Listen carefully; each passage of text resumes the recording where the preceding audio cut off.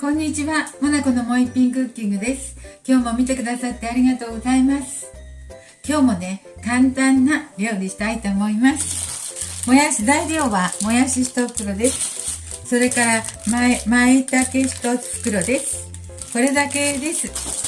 これをね、この間作った塩麹で炒めるだけなんで、今日もとても簡単です。今日は包丁もいらないですね。今日はもやし今日も簡単です。もやし1袋、そ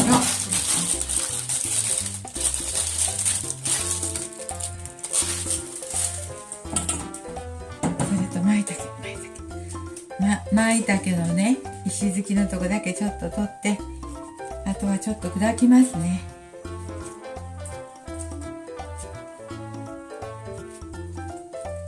もう炒まるのも早いからすぐできますね。これは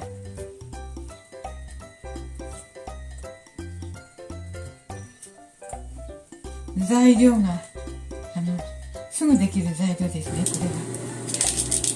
これはフライパンにオリーブオイルを適量入れましょう。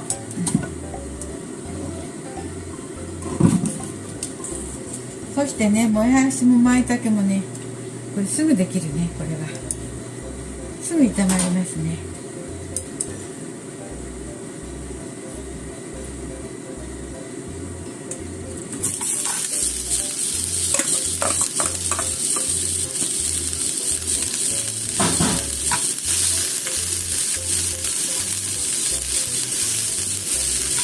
少し炒まったら塩麹で味付けするだけですから、とても簡単です。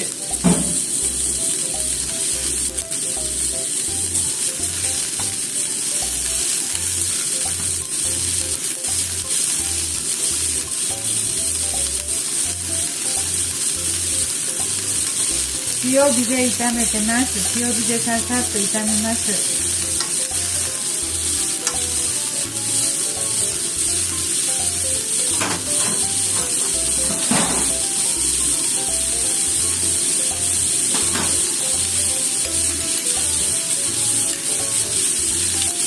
塩麹はね、ス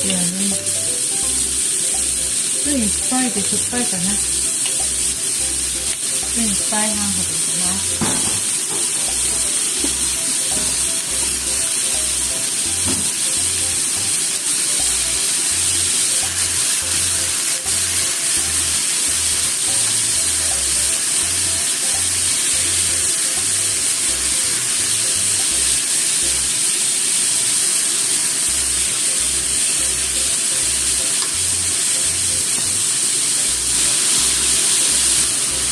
はい、型も減ったので、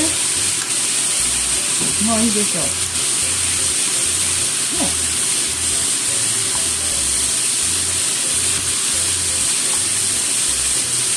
型も半分ほどになりました。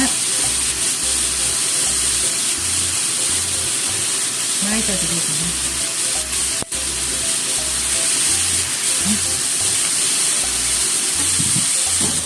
ね。はい。